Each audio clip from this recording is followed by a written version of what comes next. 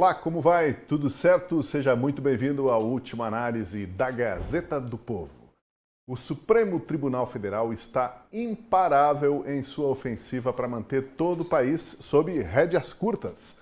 Diante do crescente apoio popular ao impeachment de Alexandre de Moraes e ciente de que essa pauta é prioridade na direita nas eleições do ano que vem, o ministro Gilmar Mendes prepara uma blindagem para ele mesmo, para Moraes e para os outros colegas da corte. Sim, o STF quer mexer nas regras atuais para impeachment de ministros, transformando o tema em uma missão praticamente impossível, este impeachment. Enquanto prepara blindagem para si mesmo, o Supremo também articula nos bastidores para enterrar o projeto de anistia. E já conta com um aliado decisivo, o relator do projeto que será votado na Câmara. O deputado Paulinho da Força declarou que uma anistia ampla, geral e irrestrita é impossível e disse que pretende apresentar um outro projeto de redução de penas que, na visão dele, possa agradar a maioria da Câmara, apesar de descontentar uma boa parte da direita e da esquerda. Será que o STF e seus aliados vão conseguir aplicar este duplo golpe? Enterrar a anistia com uma mão e com a outra criar uma couraça de aço para si mesmo contra processos de impeachment. Para debater esses e outros temas de relevância, hoje eu convido você a vir com a gente para a última análise que está começando. E tem a presença aqui no estúdio do Frederico Juncker. Tudo bom, Fred? Bem-vindo. Olá, Tosi. Tudo bem? Muito obrigado. E no telão, dividindo o telão com a gente, André Marcília. Salve, Marcília. Bem-vindo. Salve, Tosi, Vargas, Fred, toda a audiência. Prazer estar aqui. Daniel Vargas, tudo certo? Bem-vindo mais uma vez à última análise. Obrigado, Tosi. Olá, Marcília. Boa noite. Boa noite, Fred. Um prazer estar com você aqui no programa. Hoje eu tenho que me cuidar aqui porque estou cercado por advogados. Ou, quem sabe, estou bem, né? Estou bem representado aqui em casa, não. Uma bronca tá suja. Não. É uma péssima condição a sua. Há advogados e há advogados. Eu quero crer que vocês são advogados, né? Com uma boa ênfase.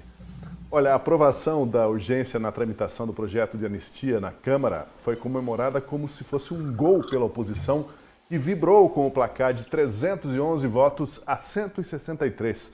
Vamos lembrar esse momento. Está encerrada a votação.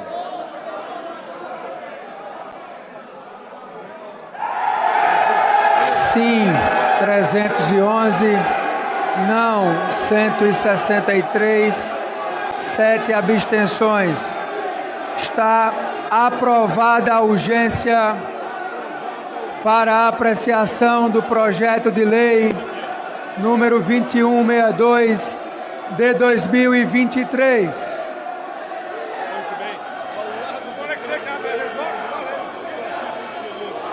Quero pedir. Faz mesmo lembrar a comemoração de um gol, né? Vamos lá. Os próprios governistas, pouco antes da votação, não escondiam um certo desespero com o avanço da proposta de anistia. Isso ficou claro no momento em que o líder do PT, o Lindenberg Farias, usou o microfone. Eu quero aqui, senhor presidente, Érica, lamentar o que está acontecendo no dia de hoje. As instituições, num momento como esse, não podem se acovardar. Ao pautar a urgência de um projeto de anistia do senador Marcelo Crivella, a gente aqui tem que entender que é uma anistia ampla, geral e restrita. Fala de crimes eleitorais. Senhor presidente, eu alertei que quem estiver votando aqui na urgência desse projeto está abrindo a porteira, porque na urgência são necessários 257 votos.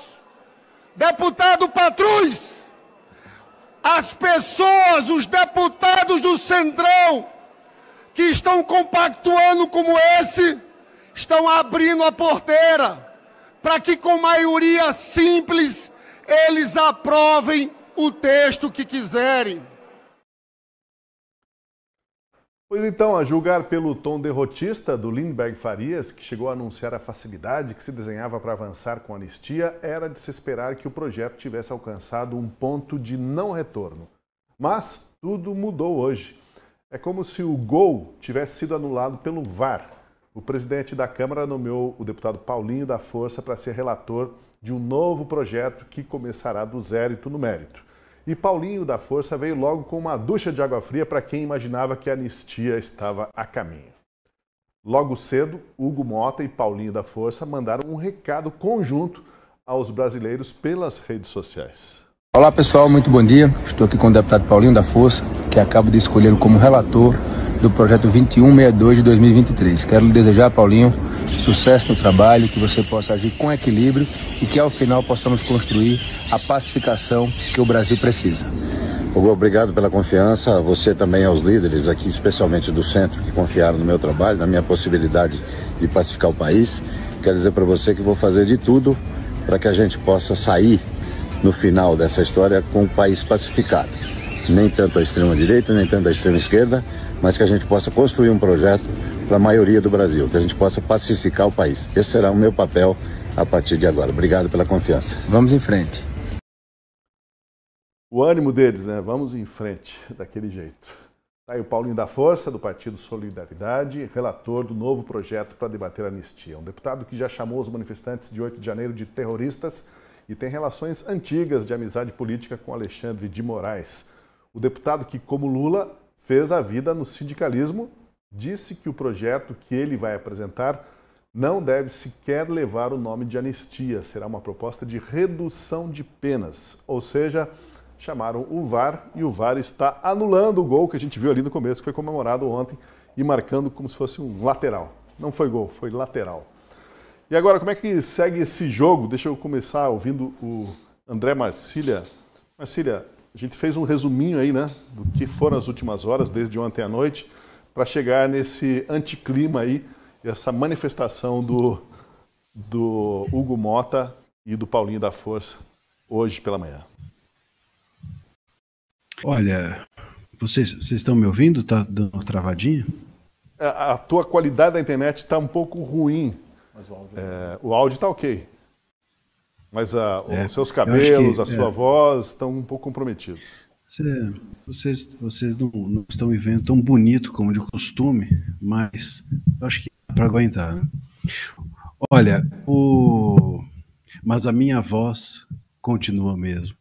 Bom, seja o que for, o ponto é o seguinte, eu acho que o que ocorreu foi que a oposição foi levada na conversa, né? Me parece que foi isso, de alguma maneira, sem perceber, porque veja, olha a trinca. A gente teve um texto horrível do Crivella, vai ser o texto base. A gente tem o Paulinho da Força, vamos lembrar, Paulinho da Força é o quê? Força galáctica? Não, força sindical, ou seja, alguém de esquerda, que inclusive já se manifestou contra a anistia. E a gente tem pressionando para que sejam retirados, excluídos dessa anistia os seus desafetos. Essa trinca toda exige da oposição agora toda uma arquitetura complexa para conseguir se livrar disso. Então, você tem, de um lado, vamos lá, como se fosse uma zaga, né? Você tem o Paulinho da Força na esquerda, você tem o STF querendo tirar os desafetos na direita, quer dizer, ou da direita, né? Seria mais cabível. E você tem ali no meio um texto do Crivella, que é um texto inclusive antigo e super interpretável para qualquer lado. Não serve, não é um texto que possa simplesmente... Eu estava hoje, inclusive, conversando com um jornalista sobre esse texto, e ele dizendo, mas dá para ir para cá. E eu dizia, dá para ir para lá. E o jornalista, dá para ir para cá. E eu, dá para ir para lá. Quer dizer, se dá para ir para cá e dá para ir para lá, não é um texto que sirva. Então, o que precisa ser feito? Esse texto precisa ser uma carcaça de um texto mais sólido. Isso dá para ser feito dentro do parlamento? Sim. Você da urgência tem muito menos tempo para isso. E esse é o problema. Então, a urgência é algo que favorece ao Mota, à situação, a quem não quer anistia. E parece que talvez a oposição possa ter, ou negociou isso mal, ou foi levado na conversa. Eu não consigo ver de outra maneira. Mas dá para arrumar? Bom, se dá para arrumar, eu não sei. Se dá para arrumar no Senado, é possível depois arrumar no Senado? Bom, dá para arrumar no Senado, mas agora na Câmara já não foi arrumado. Então, o ponto é, se a oposição foi levada na conversa na Câmara, por que vai ser na conversa no Senado também? Às vezes, as aprovações da Câmara são combinadas. Olha, a gente vai aprovar aqui, mas depois não mexe no texto do Senado. Essas coisas acontecem. A gente não sabe, portanto, se vai ter tempo suficiente para ser discutido na Câmara e se vai ter espaço para isso ser discutido no Senado. O que pareceu hoje, lógico, ontem eu tive uma outra expectativa, acho que como todo mundo, mas analisando hoje friamente, é que houve uma certa ingenuidade até mesmo da oposição, e o Mota e os seus aliados pegaram um projeto ruim, com um relator ruim, e vão botar isso para frente em dias para ser votado. Não vai dar tempo de ampliar o debate, e com isso, claro, fica favorecido a situação. E aí eles vão dizer assim, depois que aprovar esse texto, o seguinte: a conversa vai ser, já aprovamos a anistia, hein? Não adianta depois vocês ficarem pedindo anistia. Então eles não vão nem poder ser, isso nem vai poder ser rediscutido adiante, porque eles vão dizer que já fizeram. Vocês não queriam anistia? A gente já fez, agora parem de pedir.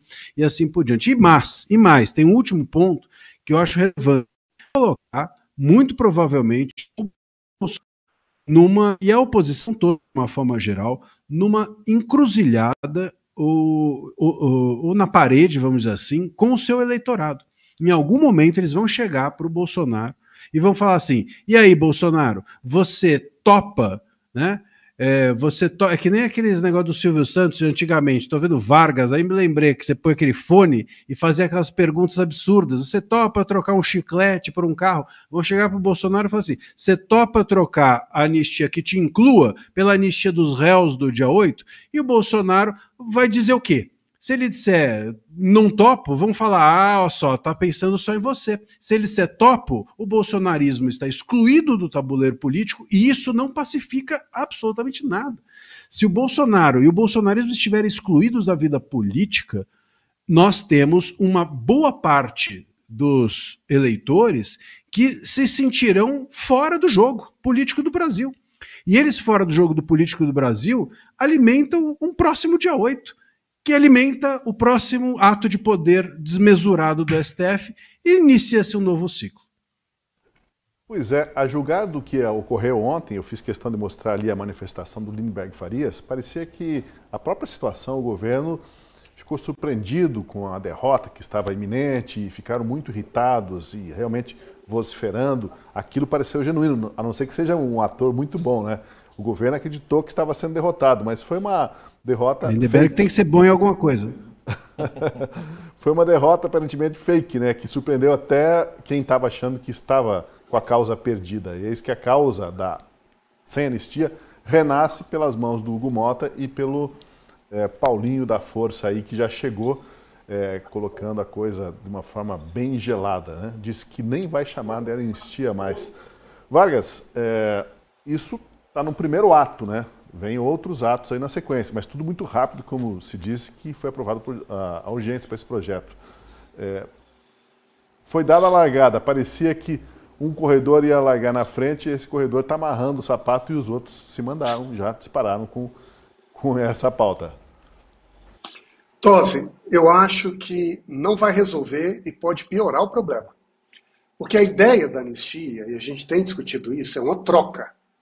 De um lado, há um perdão geral de um conjunto de ofensas cometidas no passado, em troca de, a partir de agora, a gente volta para o jogo político e olha para o futuro. Então, deixamos de discutir o ontem e vamos discutir como nós vamos construir, dentro do campo democrático, as prioridades e as ações do Brasil para amanhã. Então, a anistia entra em campo para limpar o terreno ou para reabrir o espaço político para empurrá-lo ao futuro. Mas para que isso aconteça, a anistia precisa ser o que ela é.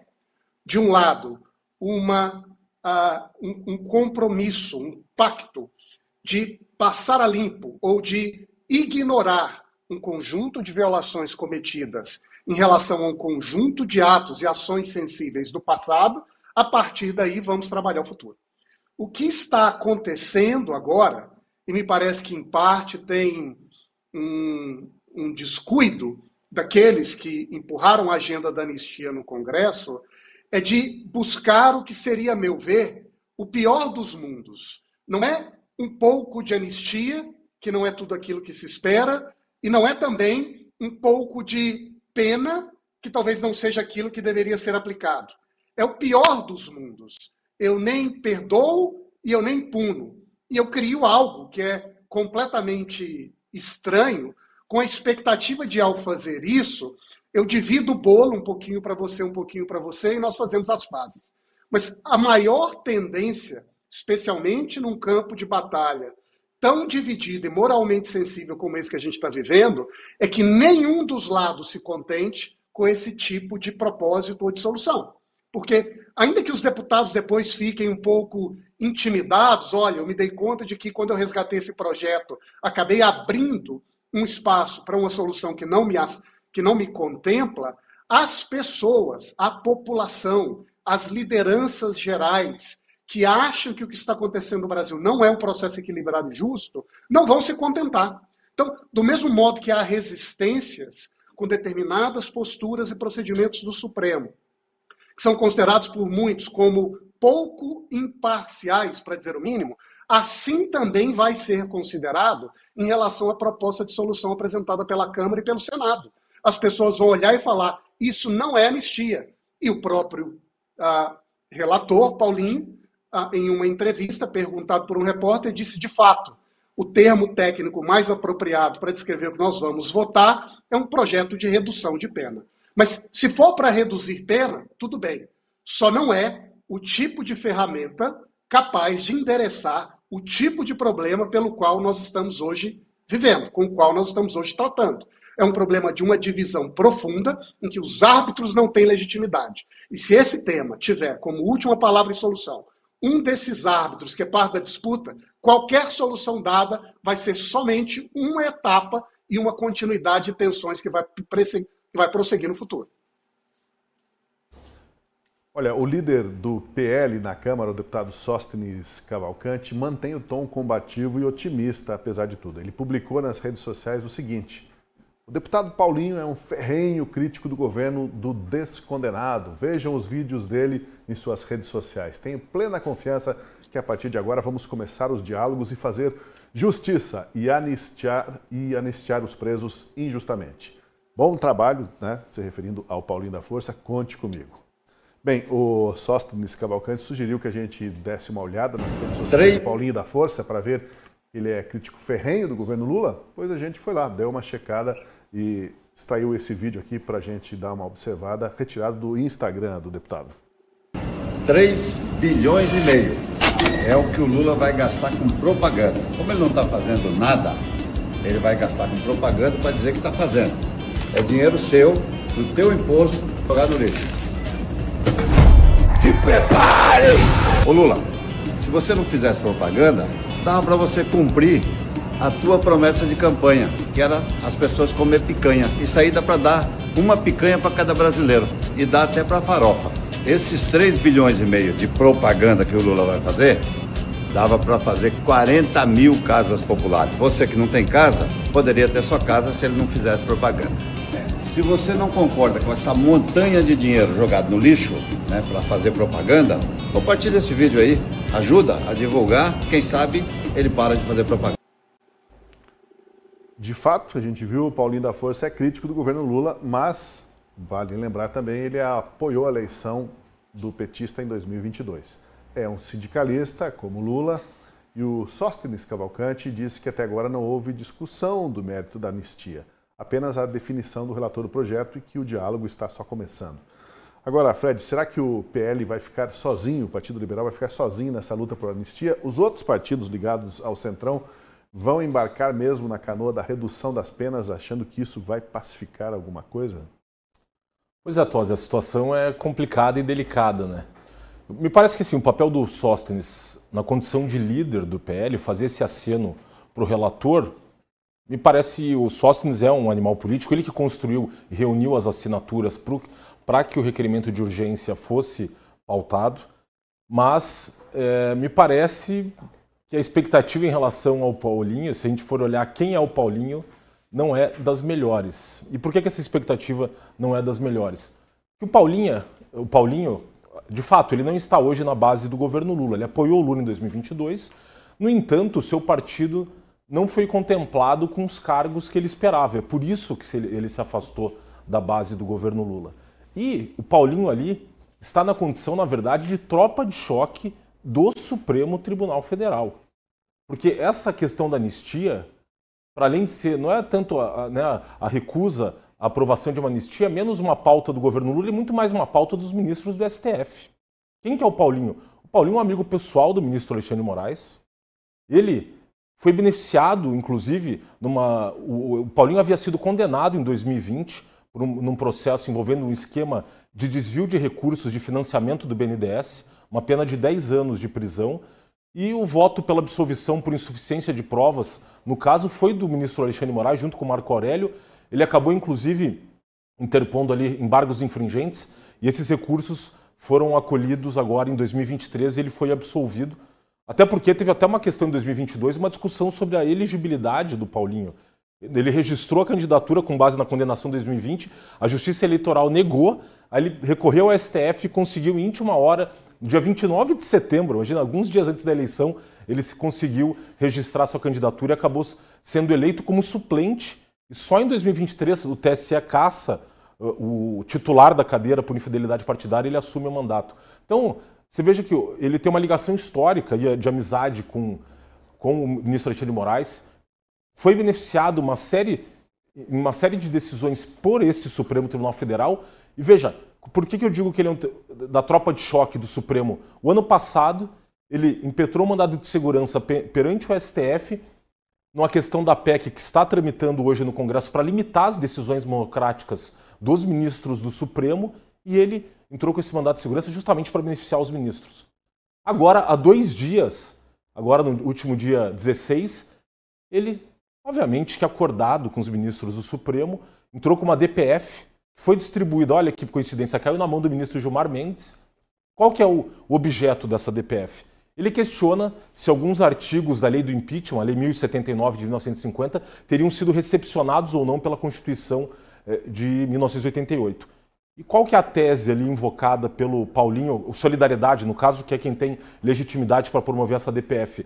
Se eles querem limitar a legitimidade para denunciar, para propor denúncias de impeachment contra ministros do Supremo ao Procurador-Geral da República, ou seja, hoje qualquer cidadão pode apresentar essas denúncias e, para além disso, aumentar o quórum do juízo de admissibilidade dessas denúncias de uma maioria absoluta para 2/3, ou seja, de 41 para 54 votos.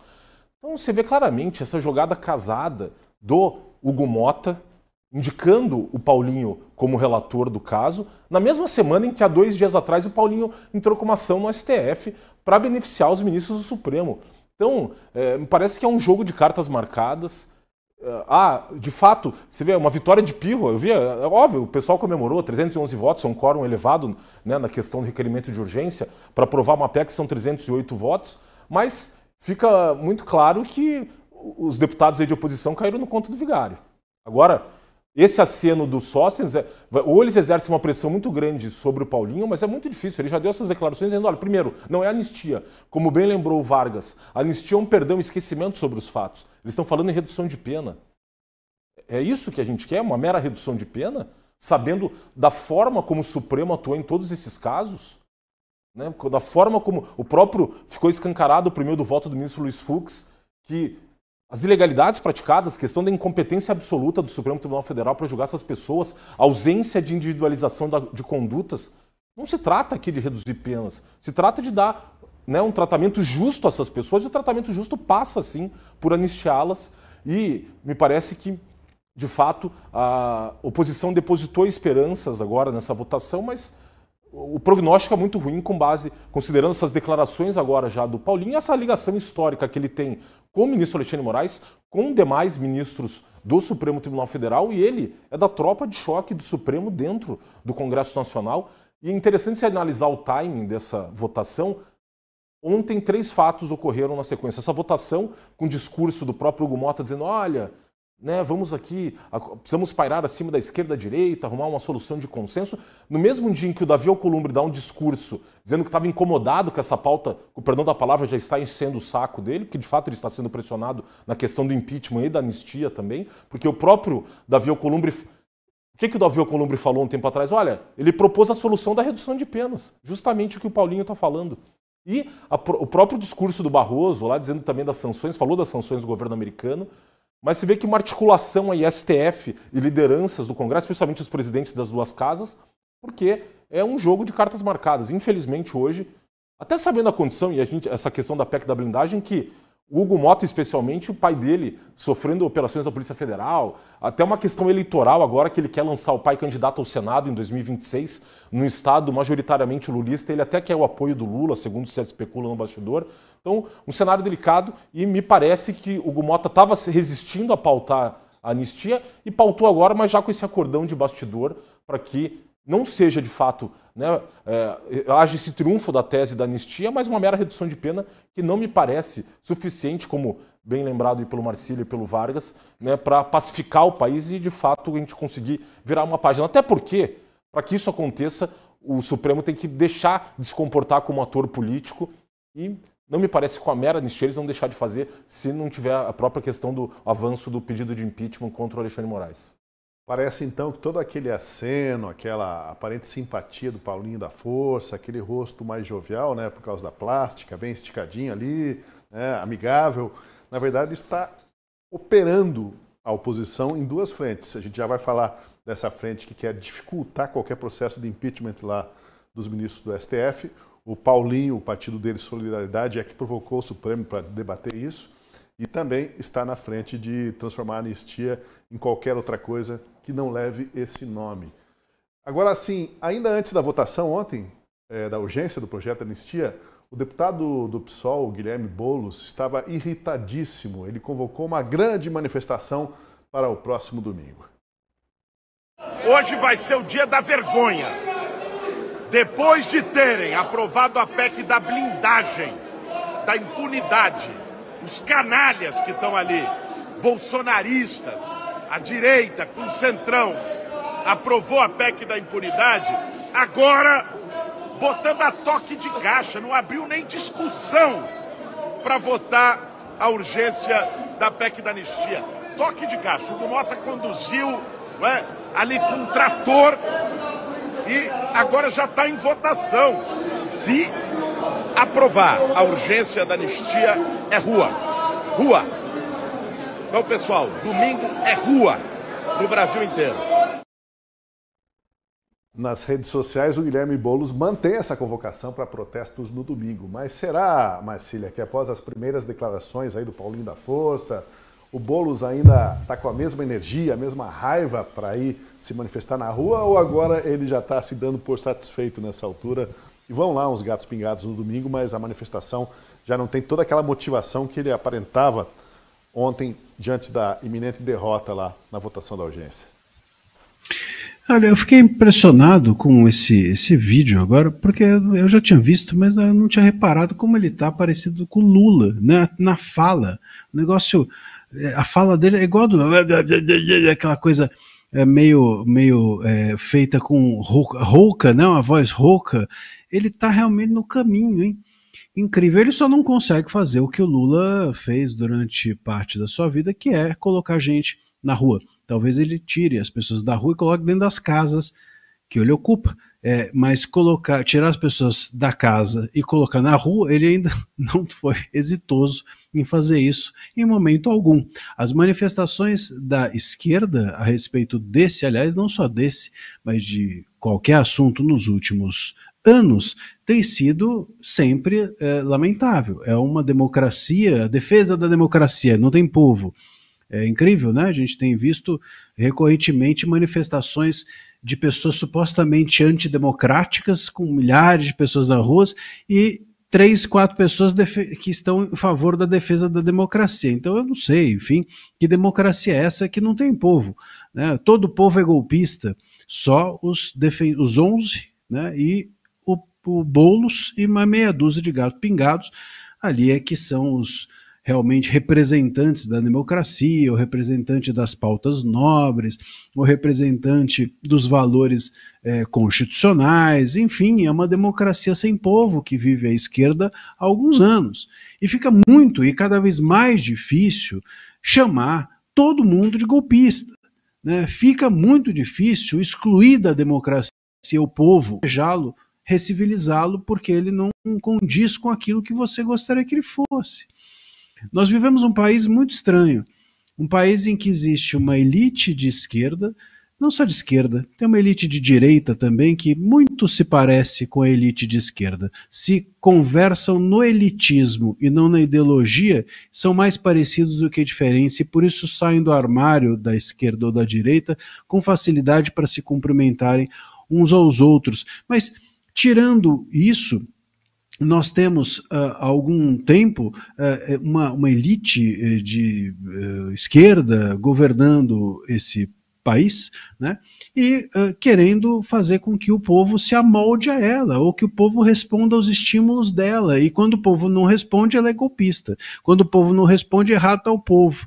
O Boulos mesmo, aí, na fala, claro, em algum momento ele chega e fala assim, quem está ali atrás, ele fala alguma coisa assim, quem está ali atrás são canalhas, bolsonaristas. Então, assim, o bolsonarista, nesse caso, virou uma espécie de xingamento. Então lá, olha só, eles são bolsonaristas, como se fosse, são leprosos ou algo do gênero. Então, existe uma tentativa da esquerda de fundar um país sem povo, né? Fundar uma democracia sem gente, porque eles entendem que o outro, aqueles que não são eles, são são descartáveis, né? É uma democracia higienista, é uma democracia asséptica a que o Boulos e a sua turma querem promover no país. E óbvio que isso resulta em ruas absolutamente vazias e seguirá resultando. Chamou atenção, além dessa fala do Boulos bastante raivosa ontem, que não era só ele que estava raivoso, né? Cada um que ia votar lá da esquerda, que estava sendo derrotada naquela votação, ia falar e esbravejava, chamava todos de canalhas, de traidores da pátria. E eu fico pensando assim, se nessa hora, Vargas, se nessa hora isso não ofende um tanto os deputados, ali os deputados, quem sabe, mais de centro, os tiozões do Congresso, que sempre assim, quando o PT ou o PSOL eles estão prestes a serem derrotados, ninguém presta, todos são canalhas, todos são traidores, todos são desprezíveis, e isso ficou muito forte no discurso ontem. Eu fico imaginando se isso não pode afetar o ânimo desse pessoal do Centrão aí para dizer assim, olha, ao fim e ao cabo, vamos analisar esse mérito aí e vai ter emenda, vai ter ajuste e vamos tentar fazer passar a anistia. Claro que há quem diga assim, não adianta passar agora porque depois do Senado cai e o STF derruba. Mas essas são outras etapas, né? Essa agressividade toda do PT não ajuda nessas horas, né? Pode ter aí alguma surpresa ou alguns deputados que, na hora de seguir o acordo, digamos, que o Paulinho da Força vai propor, acabem saindo e indo para outro rumo. Tosi, sinceramente, eu acho que o que geraria mais estranhamento nos deputados de centro e da direita é se eles ouvissem, entre esses representantes mais alinhados ao governo e ao PSOL, um comunicado racional, elegante, educado, respeitoso. Isso é que eu acho que geraria estranhamento. Ouvir o Boulos gritar e falar com a sua voz rouca e convocar a população para a rua e dizer que não dá mais e que todos são corruptos incapazes. Na verdade, isso já se tornou uma espécie de discurso repetido, né? Como se dizia antigamente, o disco arranhado que comunica a mesma mensagem à medida em que gira em volta do próprio círculo. Então, isso é o Boulos sendo Boulos. como é hoje a atitude da esquerda sendo esquerda. Agora, o que acontece quando se adota de maneira tão enfática e superior esse discurso de que eu sei o que é certo e vocês, como Marcília diz, são pessoas menos qualificadas ou, quem sabe, são criminosos, leprosos, são bolsonaristas, não é? Como se todos aqueles que discordassem deles fossem bolsonaristas e todos aqueles que discordassem deles não tivessem a mínima capacidade de evocar um conjunto de ideias dignas de respeito na democracia. Aliás, Tosi, essa postura, essa arrogância que caracteriza essas lideranças de esquerda nessa nossa geração agora, me lembra uma discussão que aconteceu na Alemanha na década de 70 e 80, mas que tinha como destinatário supremo, na época, uma cientista política e filósofa do país, olhando uma ascensão enorme da Suprema Corte, publicou um artigo que chamava o judiciário de superego da democracia. E a expressão queria dizer que o judiciário avocava para si uma espécie de superioridade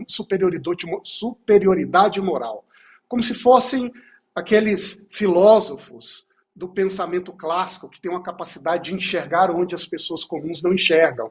E, a partir daí, se veem no dever de conduzir e orientar, de tutelar as decisões e deliberações da população por meio dos seus órgãos representativos. Isso que naquela época foi jogado contra o judiciário, na verdade hoje poderia ser expandido, não apenas para caracterizar a postura do nosso judiciário no Brasil no século XXI, mas de grande parte das lideranças de esquerda, que olham para a população de cima a baixo, como se as pessoas fossem um bando de ignorantes ou de incapazes, que precisam do seu tutor para pegar na sua mão e te mostrar o que é a verdade, a justiça e a beleza para o seu próprio bem. É evidente que isso aí não tem futuro no mundo de hoje, é uma questão de tempo até essa máscara cair. Olha, eu queria só fazer menção aqui que esta semana a gente está com uma promoção especial aqui na Gazeta. Você assina a Gazeta e ganha o livro de colorir mais polêmico do país. O livro para a direita colorir com raiva. É esse o título.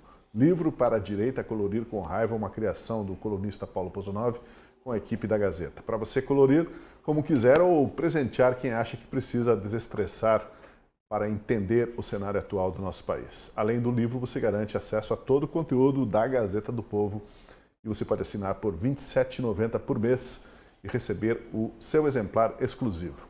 Portanto, fica aí o convite, assine, acesse gazetadopovo.com.br/livro ou aponte o celular para o QR Code na tela e ainda está também o link na descrição do vídeo. Quem sempre anda meio esquecido, mas aparece nessas horas, é o ex-presidente Michel Temer. Ele disse hoje que conversou com Hugo Motta e orientou o presidente da Câmara a conversar também com o Supremo e com o Executivo para encontrar uma saída conjunta para este tema da anistia. Se for uma coisa só do Congresso, disse Temer, tem o risco de haver contestação e daí pode cair. O que dá para dizer do conselho de Temer, né? O Temer surge nessas horas, assim, tentando costurar algumas coisas. Lá atrás, para o Bolsonaro, ele deu um conselho que não adiantou muito, né? Foi um pedido de desculpas para o Alexandre de Moraes, depois de uma das bravatas, de umas ofensas que o Bolsonaro fez para o Moraes. E o Bolsonaro seguiu, inclusive, na época, né, o pedido de desculpas, a orientação do Temer. O que dizer agora desse conselho aí, Fred? Olha, eu acho uma piada de mau gosto, Tosi, porque me parece que o Temer é o grande causador desse cenário que a gente vivencia hoje no Brasil. E por que eu digo isso? Porque ele é um digno representante desse consórcio. O Alexandre de Moraes está na cadeira de ministro do Supremo por uma indicação do Temer. Temer, que tem ligações históricas com o PSDB e com o PT, que no fundo, e aí eu concordo tanto com a crítica do Marcília, a questão do elitismo, e a do próprio Vargas, de que as elites políticas no Brasil, infelizmente, essa elite que nos governa hoje, elas têm na força conservadora, né, que é representada pela eleição do Bolsonaro em 2018, uma força ilegítima. Eles, no fundo, eles enxergam nessa força conservadora nascente no Brasil, ali nos idos de 2013, 2014, que a gente denomina a nova direita, para esse pessoal a direita não deveria ser permitida. A verdade é essa, porque eles surgem nesse consenso da social-democracia como a direita, né, o velho teatro das tesouras, né, em que a direita permitida é a direita tucana, a social-democracia, representada ali pelo PSDB, e o Temer sempre foi uma ponte entre esses dois grupos, até porque o PSDB é uma costela do próprio antigo, né, MDB, o Partidão, lá, que era oposição à Arena nos anos dos governos militares. Então, me parece que o problema de base, inclusive, o Temer é um dos grandes responsáveis. E só para... Eu sempre gosto de contar uma história, Tosi, para revelar, para trazer um fato histórico, né, da ligação dessas elites políticas, especialmente entre PSDB, PT e MDB, Temer, o tucanismo paulista, do qual, inclusive, o Alexandre de Moraes ele entra na vida política por meio do PSDB. Ele era promotor de carreira, ele passa na carreira do promotor em 91, ele sai do Ministério Público em 2000, em 2002 ele ingressa no governo do Alckmin como secretário de Justiça quando o Alckmin era governador de São Paulo. Mas tem uma história interessante que o Temer, basicamente eram dois estudantes em 63 da USP. Um deles era estudante da engenharia e o outro era estudante do direito. E aí eles estavam concorrendo ao DCE da USP, a presidência do DCE da USP. E aí o estudante da engenharia chega para o do direito e fala o seguinte: olha, será que você abriria a mão da sua candidatura em prol da minha? E aí o estudante do direito fala assim: eu abro mão. Beleza, aí ele se elege presidente do DCE. Esse presidente do DCE participa do famoso comício da Central do Brasil, em março de 64, que levou depois à queda do João Goulart. Beleza, 30 anos depois, 1997, 33 anos depois. O estudante da engenharia chega para o estudante do direito e fala o seguinte: lembra que você, num ato, né, de empatia comigo, político, abriu mão da sua candidatura à presidência? Lá em 1963, eu lembro, claro. Falei, então, o meu partido agora poderia pleitear a presidência da Câmara dos Deputados, mas não vou fazê-lo. Você, para pagar aquela dívida histórica, você vai ser o presidente da Câmara dos Deputados. Aí passa mais 20 anos, quase, esse presidente, lá, aluno do Largo São Francisco, que depois vira presidente da Câmara dos Deputados, ele vira presidente da República. E ele chama esse estudante da engenharia para ser seu ministro das Relações Exteriores. Os personagens dessa história são Michel Temer e Serra. O Serra, estudante da engenharia da USP, o Michel Temer do direito, depois Serra, ministro da Saúde do Fernando Henrique, ajuda o Temer a virar presidente da Câmara dos Deputados em 97, e quando o Temer assume a presidência, lá no impeachment da Dilma, quem ele chama para ser seu ministro? Então a gente está falando de ligações históricas aqui de forças políticas, em que a direita pós-governo militar, ela foi excluída do jogo político, era uma direita tímida, o PFL, que sempre foi ali a reboque do PSDB, o Marco Maciel, vice-presidente do Fernando Henrique. Então, o que me parece, a própria fala, por que eu digo essa fala do Michel Temer é uma piada? Porque ele também é mais um dos personagens desse consórcio que nos governa. Ele colocou lá o Alexandre de Moraes, ele fala, inclusive, que, olha, uma anistia unilateral vinda do Congresso. Meu amigo, como é que você fala anistia unilateral vinda do Congresso? O Congresso é justamente o representante da pluralidade da sociedade brasileira. A anistia plurilateral é uma anistia vinda do Congresso. O que é unilateral é o STF querer empurrar a goela abaixo do Congresso a solução de uma redução de pena.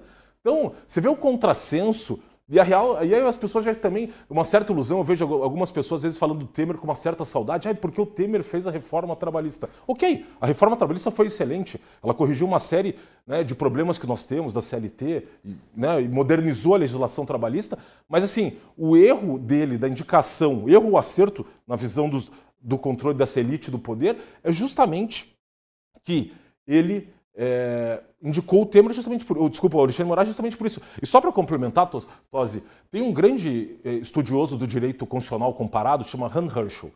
Ele é professor da Universidade de Toronto. Tem um livro chamado Juristocracia. E ele estuda o fenômeno do ponto de vista da ciência política. O que ele diz? Ele olhou para 4 países do mundo: Israel, África do Sul, Nova Zelândia e Canadá. E o que ele percebeu? Ele percebeu que quando as elites políticas percebem que estão perdendo a hegemonia sobre o poder político, especialmente numa democracia, o poder político está concentrado no Congresso. O que elas fazem? Elas começam a transferir o poder de decisão do Congresso para o Poder Judiciário, especialmente para as cortes constitucionais, justamente para manter esse controle hegemônico sobre a sociedade. Esse caso aconteceu muito fortemente em Israel. Tanto que ataque terrorista em 7 de outubro de 2023 lá em Israel, a grande crise política lá era justamente de uma Suprema Corte que está fazendo o mesmo que a nossa Suprema Corte está fazendo aqui, invalidando decisões do parlamento. Por quê? Lá você tinha, no caso de Israel, elites progressistas, especialmente dos judeus askenazes, judeus que migraram da Europa para o Estado de Israel. Eles começaram a perder força política no parlamento israelense para os partidos conservadores, judeus ortodoxos e ultra-ortodoxos. O que eles viram? Como eles começaram a perder o controle da sociedade, eles deslocaram o eixo de controle das decisões políticas do Congresso, do Knesset, do parlamento israelense, para o poder judiciário. Da mesma forma no Brasil, a partir do momento em que você tem essa nova direita surgindo em 2013, 2014, esse desarranjo das elites que começa a perder espaço, especialmente esses 3 partidos que mandavam no Brasil de fato, PT, PSDB, MDB. O que eles fazem? E muito sob a influência doutrinária do próprio Gilmar Mendes, que foi um dos articuladores de todo esse nosso controle concentrado de constitucionalidade. A dissertação dele de mestrado, tese de doutorado, são sobre controle de constitucionalidade na Universidade de Münster, na Alemanha. O que eles fazem? Eles veem que eles estão perdendo esse controle sobre a sociedade, eles transferem o locus de decisão para o Supremo e estão controlando a sociedade brasileira. E aí fica muito acentuado que justamente eles enxergam, infelizmente, já que eles deixam esse controle, para eles a direita permitida era a social-democracia, quando eles perdem esse controle, eles simplesmente querem anular as decisões do parlamento. Aí eles vêm dizer, inclusive, que uma eventual anistia seria inconstitucional. Se você lê os votos do STF na DPF 153, é muito claro o voto do Eros Grau, do Gilmar Mendes e de vários ministros dizendo o seguinte: olha, a decisão de anistia é uma decisão do parlamento, da soberania do parlamento, que vem desde a Constituição de 1891, o ministro Gilmar Mendes fala isso, e não pode ser revista pelo Poder Judiciário. E eles falam, esqueça tudo que eu escrevi e querem empurrar a goela abaixo dentro dessa visão elitista a sua decisão sobre a sociedade brasileira, porque de fato eles perderam esse controle sobre a sociedade com essa direita nascente. Fazendo um gancho com o que você disse, né, tem um assunto correlato aí que hoje o ministro Flávio Dino, do Supremo Tribunal Federal, concedeu um habeas corpus que tornou opcional o comparecimento de uma testemunha, né, a CPMI lá do INSS. A Cecília Montalvão, que é esposa de um dos empresários acusados de ser responsável por desvio de milhões, também foi isentada de comparecer pelo ministro Dino por uma decisão do STF. E aí eu tenho a manifestação aqui do deputado Alfredo Gaspar, que é o relator da CPMI, ele disse o seguinte: quero lamentar mais uma vez a decisão do Supremo que enfraquece essa CPMI. O ministro Flávio Dino acabou de proferir uma ordem concedendo a uma testemunha chamada Cecília Montalvão, esposa de um dos investigados e não investigada, ela é esposa, o direito de não comparecer a esta CPMI. E aí ele se pergunta, se o ministro Flávio Dino fosse proibido pelo Congresso de investigar a emenda parlamentar, como é que ele não estaria se sentindo? Isso é muito ruim para a democracia, porque a CPMI está praticamente impedida de ouvir todas essas pessoas aí enroladas nesse escândalo. Marcília. Veja, é inevitável, né? Aconteceria e acontecerá dessa CPMI ser de alguma forma politizada, né? Isso é normal, o STF sempre faz isso e seguirá fazendo. O Dino é um baluarte, né, de tudo aquilo que a gente não quer que seja o STF, inclusive não quer que seja a política. Ele não é um bom exemplo, nem na política, nem no judiciário, de decisões técnicas e descontaminadas de política, né? Vamos lembrar que não faz pouco tempo ele estava em outra cadeira, estava em outra bancada, não é? E não é só o Dino, hein? Vamos dizer, isso também tem acontecido. O próprio Mendonça está aí com outros também casos a respeito disso, outros ministros também, enfim, eles vão, de alguma forma, propositadamente ou não, politizar essa CPMI feita pelo Congresso. O que o Congresso precisa entender é que, claro, né, o óbvio, se o Congresso faz política, ele precisa entender de política e precisa saber fazer política. A gente estava agora há pouco falando, né, que é possível, em relação à anistia, que a oposição tenha sido levada na conversa. Pô, é complicado você ser oposição e te levarem politicamente na conversa. Não pode acontecer. Você tem que antever na política os passos, você não pode ser ingênuo. Você tem que... Pô, se um cara como Mota tá... Ontem eu vi, né, o Mota, inclusive, dando pito no Lindeberg. O senhor vai todo dia fazer pedido no STF. Pô, o Mota é o maior garoto de recados do STF. Se ele tá falando isso, alguma coisa, você tem que acender um radar. Ninguém pode chegar e falar, opa, agora o Mota é nosso amiguinho. É necessário que exista uma maturidade, né, na oposição, de entender que quando a pessoa te faz uma careta por dias, meses e anos, quando ela te sorri, tem coisa aí, né? Pô, ninguém pode levar dessa maneira, mas enfim, há uma certa ingenuidade em alguns momentos, entendo eu, por parte da oposição. E também nesses casos todos da CPMI, ninguém dá para ser ingênuo de falar assim, o STF vai fazer de tudo para ser investigado o governo. Não vai, o STF é aliado do governo. Todo mundo sabe, o governo mesmo diz, o Lula assume isso, imagina. Então, é óbvio que é preciso que o Congresso entenda que vai precisar vencer os ministros, não só o Dino, mas os ministros, não só o Dino, o Mendonça, qualquer um, não importa, porque muitas vezes essas decisões não são tomadas... são tomadas do ponto de vista corporativo. O STF também tem que se preservar, é preciso entender esse jogo. É preciso entender esse jogo para que a CPMI não seja esvaziada, não seja desidratada, não seja desrespeitada e que ela possa continuar com credibilidade dentro dos próximos dias, meses, assim como a anistia. É preciso entender o jogo para que não se desacredite nessa pauta. Em qualquer e toda pauta que hoje está lá no Congresso, é preciso que... A mesma questão da blindagem, a PEC da blindagem. Pô, a discussão inicial era foro privilegiado. Eles conseguiram transformar a coisa em algo que passou como PEC da bandidagem. Pô, um negócio que estavam sufocando os parlamentares, passa um troço chamado PEC da bandidagem, chamado aí na imprensa.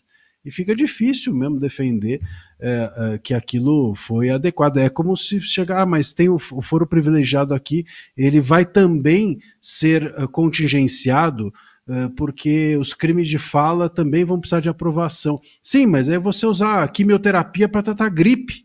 Não faz sentido, faltou ali calibrar adequadamente. Então, assim, e é óbvio que a imprensa depois, ou as pessoas vão passar a jogar aquilo como algo ruim e perde-se, portanto, a credibilidade da ideia original. É sempre assim, tem uma ideia original, por isso que eu estou fazendo essa volta toda, porque a gente tem diversas pautas aqui que são essas, tem uma ideia original na essência que é legítima e que a oposição vai lá e aí vira outra coisa e aquilo que é aprovado é um monstrengo que não só não serve para nada, como o Vargas disse, ainda piora, no caso da anistia, e você ainda descredibiliza a pauta original. Então, enfim, me parece às vezes que existe mesmo uma certa ingenuidade por parte da oposição que não pode haver.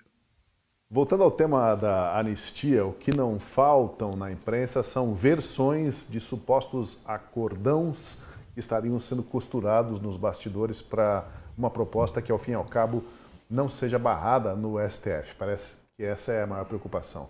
Vejam esses dois casos de notícias, né? Centrão fecha acordo sigiloso com a ala do STF por domiciliar para Bolsonaro. Redução de penas e rejeição da anistia. Essa é uma tese, né, de acordão. Agora tem uma outra versão de outro veículo que vai nessa linha aqui. Anistia light, deputados querem convencer a STF a deixar Bolsonaro na prisão domiciliar. Em ambas as versões, o que tem em comum é uma redução de pena para Bolsonaro e a possibilidade de cumprir condenação em regime domiciliar. A gente falou isso no começo, né? Parece aquele acordo que a pessoa chega assim, ó, pegar ou largar, tá? E o Bolsonaro, será que pode acabar aceitando isso com a esperança de que, talvez após as eleições de 2026, com uma virada política, então ele finalmente alcance a tão almejada anistia, né, em função de alguém que se considera injustiçado, e para muitos é injustiçado, e também os de 8 de janeiro, será que ele estaria disposto a adiar essa anistia e trocar isso por uma prisão domiciliar ali, e quem sabe as coisas mudam mais à frente? Pegar ou largar, Vargas? Áudio, estamos sem o teu áudio. Tem algum botão aí? Não, né? Acho que ele... Sim, agora sim. Agora. Ok. O caminho, o rumo que a coisa está tomando, parece ser esse que você está colocando, Tosi. Mas eu acho que, se a gente for por essa rota, quer dizer, Bolsonaro, tá bom para você ficar preso em casa? Supremo, fica legal para você se a gente não mexer muito e tal, mas também deixa o Bolsonaro em casa, porque ele tem problemas de saúde e já é idoso. Se a gente for por esse caminho, o que a gente vai estar fazendo é mudando a natureza do debate. Já não mais estaremos debatendo quais são as regras gerais, os critérios nacionais, que terão a capacidade de restabelecer a confiança, a fidelidade ao pacto democrático e a oxigenação da agenda para que grupos políticos diferentes coabitem um processo legislativo legítimo. Não. Aí passará a ser simplesmente um jogo de toma lá da cá. Como eu preciso atender o deputado da direita, e ele é muito amigo do Bolsonaro, então eu preciso deixar que o Bolsonaro fique preso, mas só um pouquinho. E como, de outro lado, eu também tenho que falar com o Supremo, inclusive para o Supremo, na hora que for olhar aquele meu inquérito, pensar bem 2 vezes, amiguinho, me dar esse benefício, então também eu preciso falar com o Supremo. Sinceramente, é o pior dos mundos. Se for por essa rota, Tosi, eu serei e sou profundamente contra qualquer deliberação sobre anistia.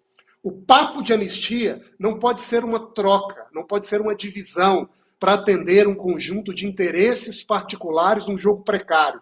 O pacto de anistia é uma redefinição das condições do jogo democrático, olhando para o futuro, para restabelecer a ordem e para organizar parâmetros minimamente justos, objetivos, para amparar o jogo político democrático no Brasil. Então, que ele sirva de um momento de reflexão, de apuração, de restabelecimento do papel de parte a parte e criamos, a partir daí, uma segunda etapa da disputa. Mas, se for para manter o que era no passado e cria um puxadinho para o Bolsonaro e um outro puxadinho para o Supremo, para que não tenha impeachment de ministro e o Bolsonaro não vá para a cadeia e o jogo continua, sinceramente, isso aí é uma derrocada moral. Ninguém vai ter motivo para aceitar uma coisa dessa e vai durar muito pouco tempo para a gente começar a ver as reações.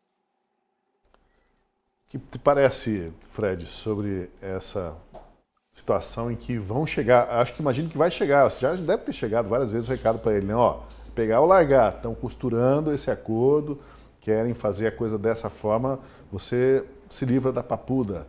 Para quem está reclamando de injustiça, aceitar apenas uma troca de prisão por ficar em casa parece razoável, mas não é algo que as pessoas honestas, pessoas que estão realmente se sentindo injustiçadas, topariam assim de bom grado.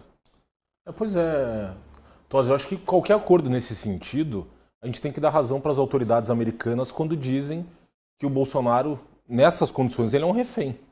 Ele não é um preso, né, que teve ali um justo processo, um devido processo legal, e com base no que dizem a Constituição e as leis, né, teve uma sentença condenatória à luz das provas que foram produzidas ao longo desse processo, mas é um refém. Se você coloca a pessoa numa prisão domiciliar, inclusive nem com base no processo da suposta trama golpista, no caso do Bolsonaro ainda é em função, essa prisão domiciliar, daquele inquérito que apura o que eles chamam de atentado à soberania brasileira, relativamente à articulação com Eduardo Bolsonaro, Paulo Figueiredo, e aí colocaram o Jair nesse balaio, né, a articulação que eles fazem para fosse aplicada a sanção da Lei Magnitsky contra o ministro Alexandre de Moraes.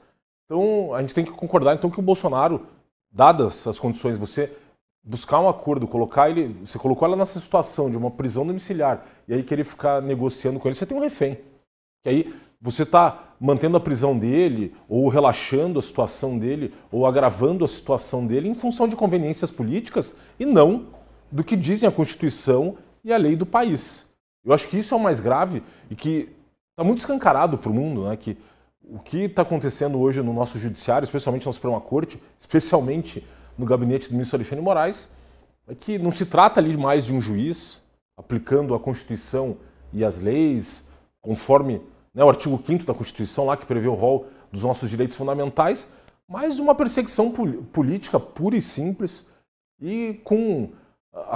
Inclusive, essa semana saiu uma reportagem interessante na Newsweek, que é uma das principais revistas, e aí uma revista lida especialmente pelo público americano, não é igual um Financial Times ou o New York Times, que é lido pelo público internacional, não voltado, eles acentuando nessa reportagem a questão hoje, por exemplo, da questão da censura praticada pelo ministro Alexandre de Moraes em relação às empresas de mídia de rede social americanas, mas para além disso a própria questão da decretação de uma prisão ilegal da Flávia Magalhães, que é uma brasileira com cidadania americana e que, com base no que ela publicou dos Estados Unidos, se utilizando lá do X, ela mora nos Estados Unidos, publicou de lá, ela teve uma prisão decretada pelo ministro Alexandre de Moraes. Então, parece que essa negociação nesses termos de querer, né, chegar num acordo com o próprio Bolsonaro, nas condições em que ele se encontra, estamos muito mais diante de uma situação do refém do que um Estado de Direito e não me parece que caiba negociar nesses termos. E lembrando, né, Marcília, que mais de 600 manifestantes do 8 de janeiro se recusaram a admitir culpa, a assinar recibo para fazer um acordo de não persecução penal para obter a diminuição de pena em troca. Essas pessoas se viam tão injustiçadas que preferiram o risco de ir para a cadeia do que assinar esse recibo e que seriam golpistas. Essa proposta de redução de penas parece que não é pacificadora e também não resolve essa situação. Sobre essa recusa do pessoal aí do 8 de janeiro de assinar a declaração de culpa, até o Barroso disse, tá vendo, eles são tão ideológicos, empedernidos, que não querem nem o benefício que nós estamos oferecendo. Na verdade, essas pessoas estavam reagindo com caráter, me parece, ao que estava sendo ofertado para elas, se elas tinham convicção de que não eram culpadas, Marcília. Se você é obrigado a aceitar um acordo para não ter uma sentença e isso te faz culpado, então para que ter a sentença? Então o próprio Barroso nessa declaração, né, está excluindo a legitimidade do judiciário. Eu quero ver a minha sentença. Isso deveria significar duas coisas. Primeiro, eu me acho inocente. Segundo, eu vou ser julgado de forma isenta, né? O Barroso está praticamente nessa manifestação dizendo, não, se você está assumindo a culpa, então isso não vai haver um julgamento legítimo. E a gente sabe que não haveria mesmo, não é? O que está por trás do que o Barroso disse como é que essas pessoas, diante de um judiciário tão grande, tão agressivo como é o STF, como é que essas pessoas não preferiram abrir mão? Ou seja, como é que elas não preferem desistir desse braço de ferro com o STF? É nisso que era mais ou menos esse o raciocínio que o Barroso fez com absoluta certeza ao proferir essas palavras. E não existe braço de ferro com o judiciário. O judiciário não é parte. Ele é exatamente aquele que vai solucionar o braço de ferro que você tem com outras partes. Mas o STF se tornou esse ator político. E ao se tornar esse ator político, todos nós perdemos a possibilidade de termos juízes isentos e, portanto, juízes, que é uma condição sine qua non, né, de todo e qualquer árbitro. E aí entra essa história da prisão domiciliar, vai ser oferecida, pegar ou largar, olha, se vierem novas sanções dos Estados Unidos, o Bolsonaro vai para a papuda. Quer dizer, o tipo de troca de diálogo que é o diálogo de quem está na política, e às vezes até mesmo o diálogo de quem está na marginalidade. Vamos falar a verdade, porque esse papo de se você não fizer o que eu quero, eu levo fulano para uma prisão, é um papo de quem está de gente da marginalidade, gente que está no território do ilícito, papo de gangue, né? Isso não faz sentido, isso é um absurdo. E eu aqui custo a crer que seja verdade e espero que os jornalistas que disseram isso, que se houvesse novas sanções, isso saiu numa coluna de um jornalista importante dizendo que se não houvesse, se o STF fosse novamente sancionado, o Bolsonaro ia para a papuda.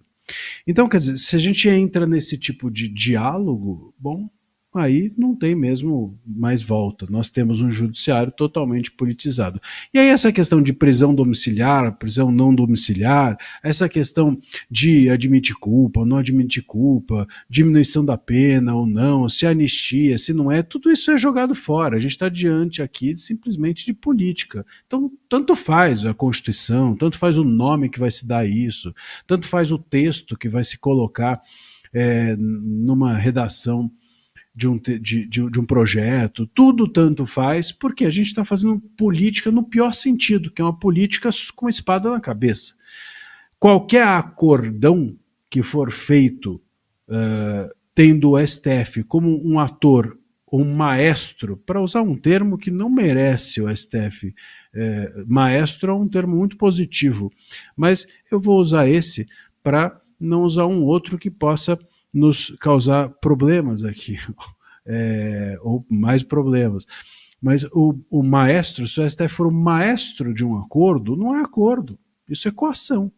Não é? E nós estamos diante de uma política hoje feita com os réus do dia 8, com os processados do golpe, e sobretudo com o Bolsonaro, que é algo que está próximo da coação. Uma coação institucional, uma coação que é feita com a aparência de estar dentro das 4 linhas, mas as 4 linhas são apenas utilizadas como um instrumento para uma política que, repito, beira a marginalidade, se isso tudo for verdade apenas para nos preservar aqui.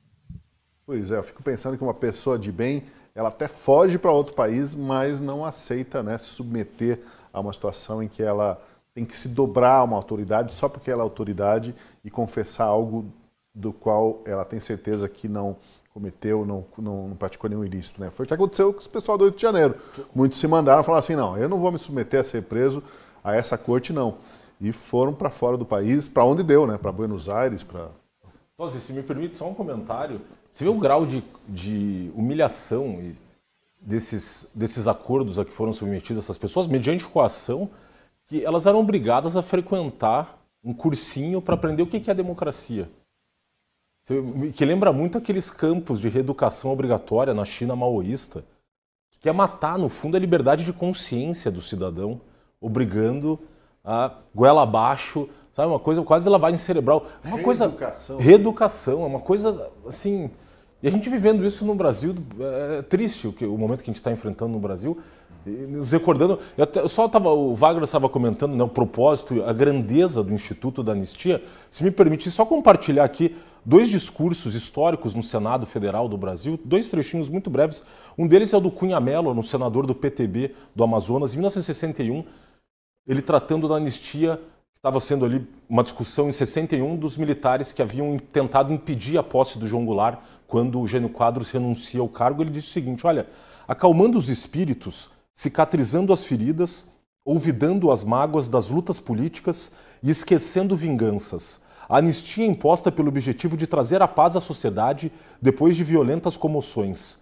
Antecipa-se a sentença para absolver logo, suspendendo a justiça. Faz desaparecer tudo que conste do crime e dos criminosos.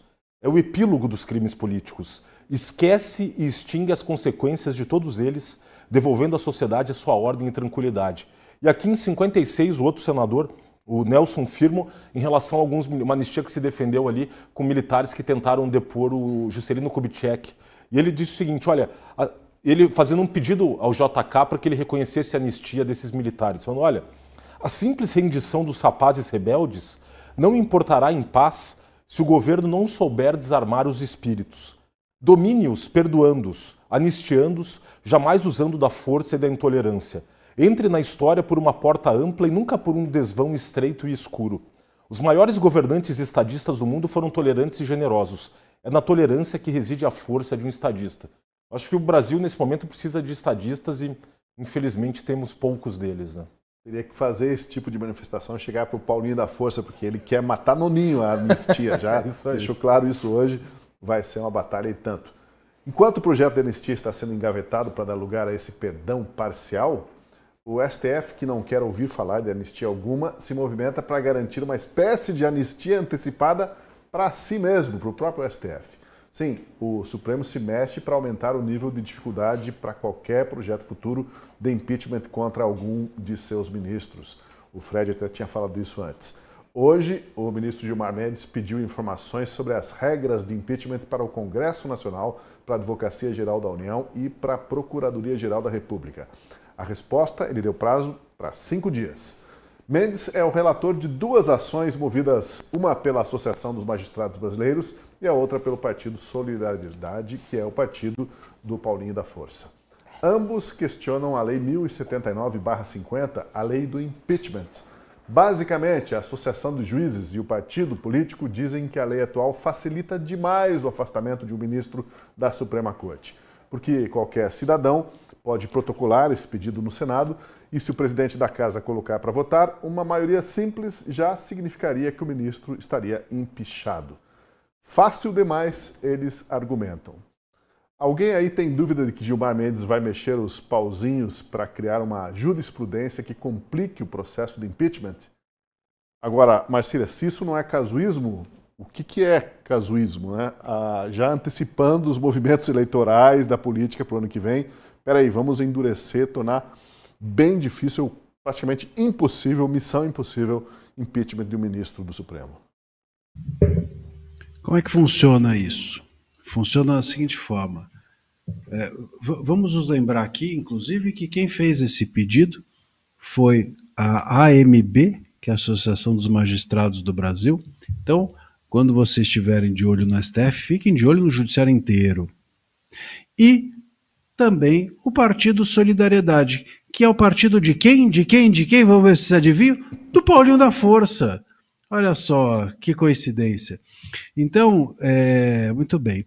Isso é só um petisco, só para a gente começar a brincadeira. Como é que isso funciona? O Gilmar Mendes, num dia, vai lá e diz assim, impossível que haja anistia. Que haja anistia, eu tô com anistia, tô com ideia fixa. Possível é que é tanta loucura que a gente se perde. O Brasil, como dizia o Tom Jobim, não é para amadores. Então, a gente tem, ele fala num dia, impeachment de ministro é inviável. Dá essa declaração num dia. Aí passam alguns dias, 1, 2 dias, vem esse pedido. Misteriosamente surge esse pedido, hein? Depois da fala dele. Se inspiraram, talvez. Isso, a nossa legislação entende que esse ministro se torna suspeito. Claro, ele antecipa o voto. Então, se ele disse que é inviável impeachment de ministro, ele já não pode julgar esse caso. Ele deveria pegar e falar, falei besteira, manda redistribuir. Mas, obviamente, que ele não faz, não fez e não fará isso. Então, aí cai com o Gilmar. O que ele vai fazer? Ele vai julgar? Não, ele não vai julgar. Ele vai pegar esse pedido, vai dobrar e deixar guardadinho. Se o impeachment de algum ministro for adiante, a depender de como for, ele vai lá e decide dessa ou daquela forma, barrando esse impeachment de ministro para esse específico caso que surgir. E veja, eu não estou aqui contando como é que põe o ovo de pé. A gente está vendo isso todo dia. Todo dia tem um inquérito novo sobre alguma coisa. Agora mesmo, viu? O inquérito da pandemia, mais um inquérito das fake news aberto, para investigar tudo e qualquer um, a qualquer tempo, por qualquer coisa. Tem sempre um inquérito aberto sobre qualquer coisa no Brasil pelo STF. Tem sempre uma investigação em curso sobre qualquer coisa no STF, que a gente olha bem de perto, com uma lupa, a gente percebe que não serve para nada. Tem sempre um processo correndo contra alguém. Para quê? Para eles, em algum momento, tirarem da cartola e falar assim, poxa, essa pessoa aqui está atrapalhando a gente? Curiosamente, tem um processo aqui justamente na minha mão para eu decidir a respeito de você, a respeito do seu tema e assim por diante. Mas aí, Marcília, você está falando então que existe uma espécie de reserva de processos e decisões para serem utilizados em momentos de crise para essas pessoas, para os ministros, né? Eles têm lá uma reservinha de processos e decisões já articuladas, engatilhadas para usar quando for o caso. Parece que sim, né? Parece que sim. Tudo leva a crer que sim. Né? Até porque, veja só, assim, eu acho que o caso talvez mais ilustrativo disso é que nós tivemos, no caso do Dino, o Dino teve a Magnitsky, quando ela veio, o Dino conseguiu achar um processo de Brumadinho para se manifestar sobre a Magnitsky. Pô, um processo de Brumadinho, foi buscar lá, sei lá, estava no porão do gabinete um processo, e ele foi buscar porque o Zanin não se manifestou sobre um processo que já tinha sido aberto, e aí tem o que eu tenho chamado de deputado, tem sempre um deputado de porta de cadeia. Tem o advogado porta de cadeia, que é aquele que fica na porta da delegacia esperando chegar um cliente preso, e tem o deputado porta de cadeia, que é aquele que fica na porta do STF esperando algum pedido para ser feito. A gente conhece todo mundo aqui já pensou em tem na cabeça um bom nome para esse, não é? Agora, tem vários, e eles ficam a todo momento estimulando o STF a se manifestar sobre todos os assuntos, e o STF passa a ter, não é culpa só do STF, não, é culpa também do parlamento. Eles acabam sempre tendo na mão deles a possibilidade de decidir sobre toda e qualquer coisa. E quando não tem, vão buscar como fez o Dino. Vargas, vamos ver o argumento da Associação dos Magistrados ao pedir a dificultação dos trâmites que podem conduzir ao impeachment de um ministro no STF.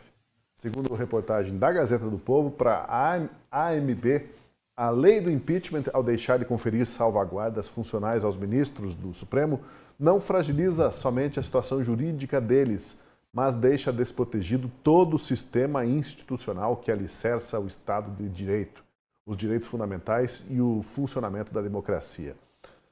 Vargas, que tal esse argumento de que há uma fragilidade jurídica dos ministros com as regras atuais? Eles estariam muito expostos. E, bom, tem lá 29 pedidos de impeachment hoje protocolados, nenhum avança, mas eles se consideram muito expostos. Nenhum avança, Tosi, e nenhum avançou.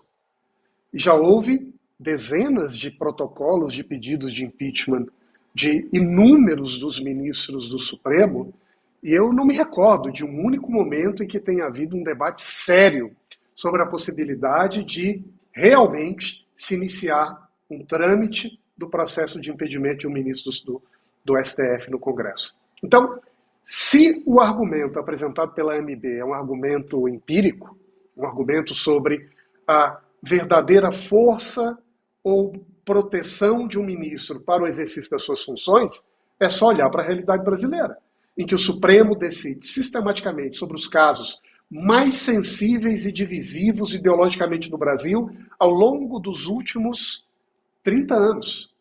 E nada, nenhuma vez, algum pedido de impeachment chegou a ser, de maneira efetiva, recebido, discutido e votado no Congresso Nacional. Então, não me parece que seja exatamente isso que acontece.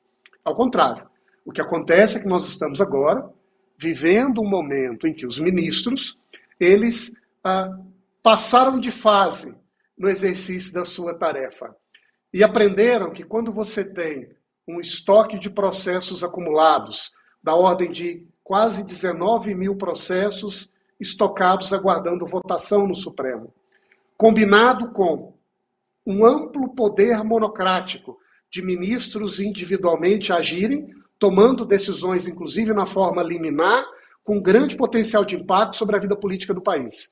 E que combine isso com um Congresso em que um sem número de deputados acabam tendo inquéritos, investigações em curso, isso cria um caldo perfeito para o ministro do Supremo se tornar o senhor da política. E o senhor da política é quem controla o tempo. Porque na política, a gente sabe, o que está em jogo não é apenas o conteúdo, mas o momento em que se decide qual é a prioridade da agenda. E o fato dos ministros terem esse repertório de ações no seu colo, ou melhor, nos estoques do seu gabinete, lhe dá sempre a possibilidade de dar a última cartada, de dizer o tempo da política será este. E é por isso que, à medida em que os atos políticos vão avançando, em que os temas vão se sucedendo na disputa política brasileira, no Executivo, no Congresso, na economia, o ministro também tem a chance de dialogar com esses atos, tirando um novo processo, que de repente se tornou uma prioridade, sem um motivo aparente, e a partir daí ele passa a empurrar o rumo das decisões e a definir quais são as prioridades a serem julgadas pelo país. Isso quando, como uma artimanha, isso quando não se faz outra coisa. Se aproveita dessa estrutura para criar uma pressão, uma ameaça velada, uma espécie de sinal para aqueles que ousem questionar o seu ponto de vista, como quem dissesse, se você for por aí, vai ter uma resposta do lado de cá. E a gente tem visto esse jogo se naturalizar de uma maneira tão explícita no Brasil, e é muito surpreendente como isso passou a ser tratado, não apenas dentro do círculo judiciário, mas na própria imprensa brasileira, nas escolas de direito, no debate público, como algo normal. É normal, então, que de repente agora, 2 ações sobre uma lei de 1950, que estava tramitando no gabinete de um determinado ministro há anos, se tornaram uma grande prioridade nacional, justamente no momento em que o Congresso ousa debater a possibilidade de impeachment do ministro. Eu creio que isso é só um sinal, não só dos novos tempos, mas da fragilidade da maneira como os poderes são orquestrados na democracia brasileira. E o ministro Gilmar Mendes, ele deu pistas de que caminho vai seguir na análise dessas 2 ações sobre as regras de impeachment na Corte. Ele disse que esse ato extremo jamais poderia ocorrer por vingança. Veja lá. Não espero que o Senado venha agir para buscar vendetta em relação ao STF. Impeachment deve ser um processo regular. Se for por conta do voto de um ministro, será irregular. O STF não vai aceitar. Fred, curiosa essa manifestação cada vez mais frequente de ministros do STF, que é dizer assim, se alguma coisa com que eles não concordam passar, for aprovada, a Corte simplesmente se reserva o direito de não aceitar. Mesma coisa já disseram sobre a anistia, né? Se for aprovada, não vão deixar passar, porque seria inconstitucional. Mas isso não parece adulto falando, né? Parece mais criança, dizendo, não aceito, não quero, acabou.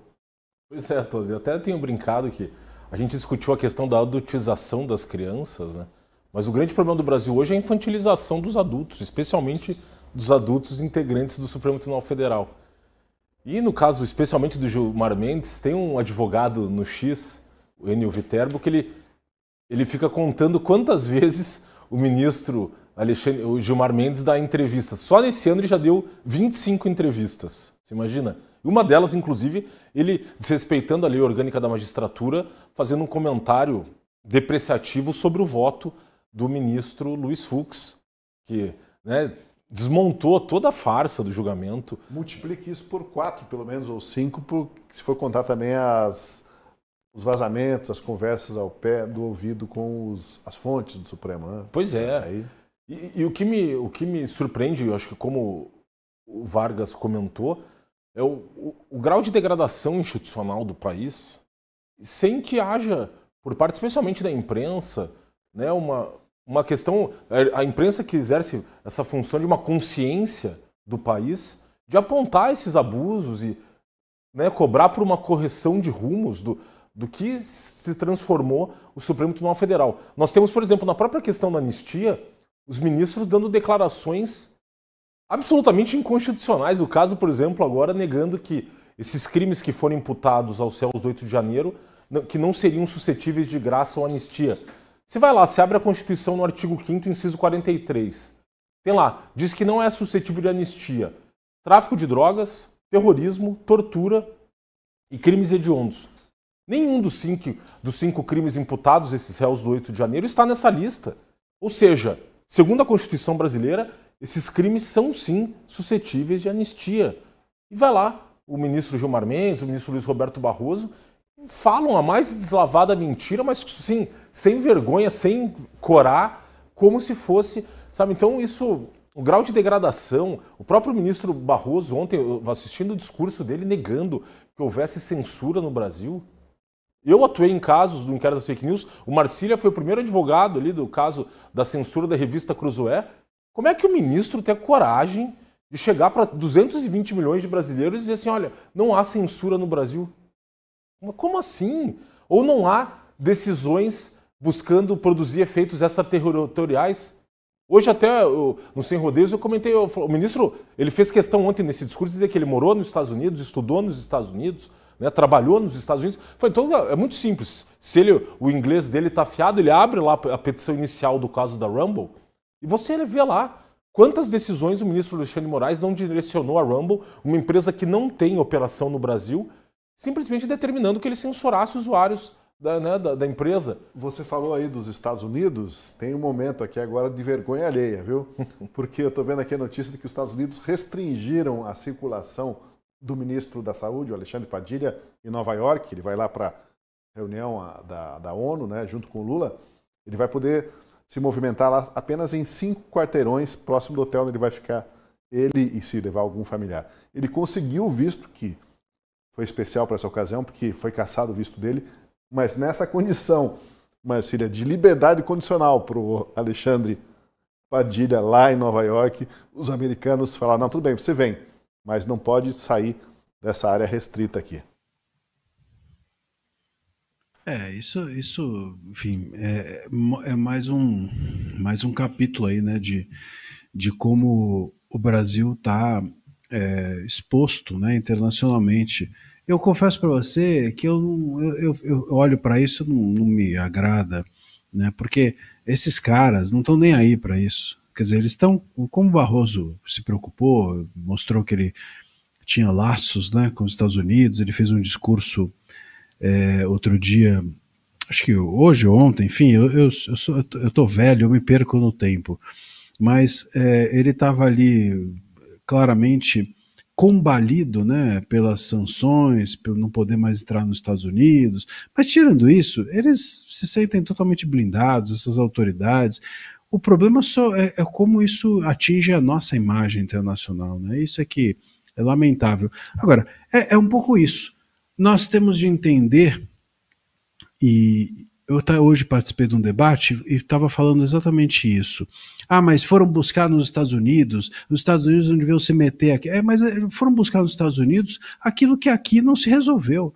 Nós ficamos aqui numa encruzilhada. Então, quer dizer, é muito curioso a gente fazer uma avaliação de que as pessoas conseguiram se sentir confortável apenas nos Estados Unidos com reclamações sobre evidentes abusos. Veja, não tem como negar. Tem de ser muito burro para achar que está tudo bem no Brasil. Se você acha que está tudo bem, ou você faz parte das pessoas que estão oprimindo, ou você é um idiota completo, mas não é pouco, é muito. É daqueles da cambalhota na rua e cair de cabeça. Então, se a gente está cercado de abusos e você tem de buscar a solução nos Estados Unidos, isso mostra o quanto que os ouvidos das instituições brasileiras estão fechados. E isso é o ponto mais grave. Isso é o que me deixa mais chateado com essa história toda, porque nós estamos, sim, diante de um fechamento cada vez mais das vias institucionais para solucionar o nosso caso interno. Pois é, eu quero recomendar para os nossos espectadores para lerem uma matéria na Gazeta do Povo, uma matéria do nosso colega Fábio Calçavara. Ele mostra quantos eventos o ministro Barroso vai perder esse ano nos Estados Unidos. Ele costumava ir, acho que 5, 6 vezes por ano para os Estados Unidos, Universidade de Yale, Universidade de Harvard. Ele era habitué, frequentador lá desses congressos, desses simpósios.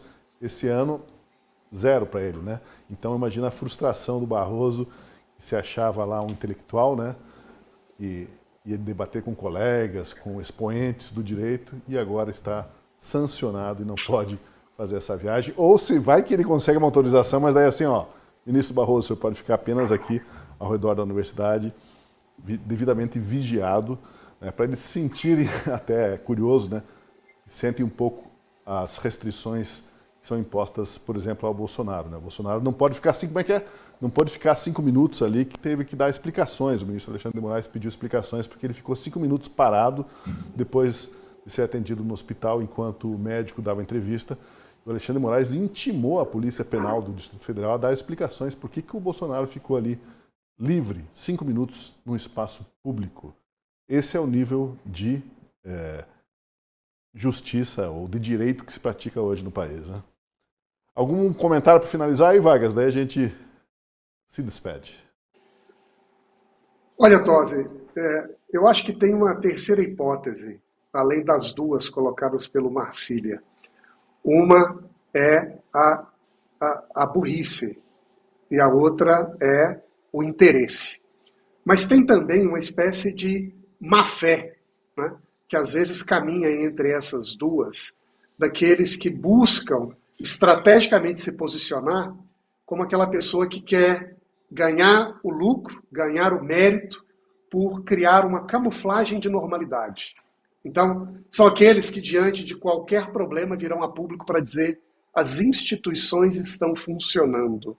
Quando, na verdade, não é preciso muito mais do que um mínimo de integridade intelectual e de meio olho para ver como as tensões políticas que hoje marcam o Brasil há muito extrapolaram de tudo aquilo que se considera, em qualquer teoria, em qualquer boa prática democrática, razoável para qualquer dos poderes. Né? E nesse ambiente, talvez mais preocupante do que a postura de quem é frio ou quente é o morno. Né?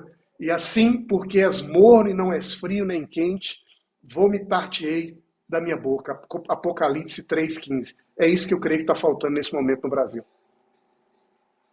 É isso. Quero agradecer muito. Obrigado, Marcília, pela participação. Valeu, Daniel Vargas. Muito obrigado também para você, Frederico. Valeu, obrigado. E especialmente aos nossos espectadores que ficaram com a gente. Siga com a Gazeta do Povo nos nossos programas aqui no YouTube e considere ser assinante do jornal, que está com uma promoção especial. Obrigado e até o nosso próximo encontro.